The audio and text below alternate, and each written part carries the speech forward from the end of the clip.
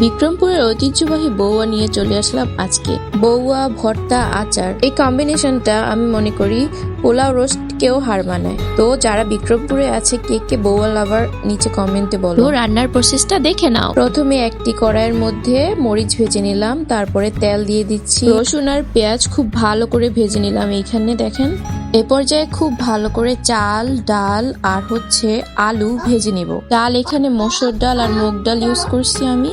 চাল নিয়েছি 500 গ্রামের মতো আর ডাল 250 গ্রামের মতো, আর আলু নিয়েছি 2-3টা। তো দেখতেই পাচ্ছেন প্রসেসটা। এরকম করে ভালো করে ভেজে পানি দিয়ে নিলাম, আর যেই আগে থেকে পেঁয়াজ, রসুন আর মরিচ ভেজে নিয়েছিলাম সেগুলো একসাথে মিহি করে তারপরে দিয়ে দিলাম। বেশ খানিকক্ষণ জাল হওয়ার পরে হয়ে গেল বউয়া। অনেক ইজি রেসিপি, এটা আমি জানি, ইজি প্লাস মজাদার। সবশেষে একটু ধনেপাতা দিয়ে নিলাম, তারপরেই রেডি। তো আপনারা যে কোনো ভর্তা করে নিতে পারেন। আমি এখানে কাচকি মাছের ভর্তা করে নিয়েছিলাম, অথবা শুধু আচারের সাথে বা ডিম ভাজির সাথে এটা বেশ মানায়। বাসায় যে শুটকি থাকবে সেই শুটকির সাথে এটা খুব বেশ মানানসই হয়ে যাবে। তো ভালো করে এখানে ভর্তাটাকে বেটে নেওয়া হচ্ছে। তো এই তো ভর্তা রেডি। তো নাও এখন খাওয়ার পালা। তো আমি এখানে ভর্তা আর আচার নিয়েছি।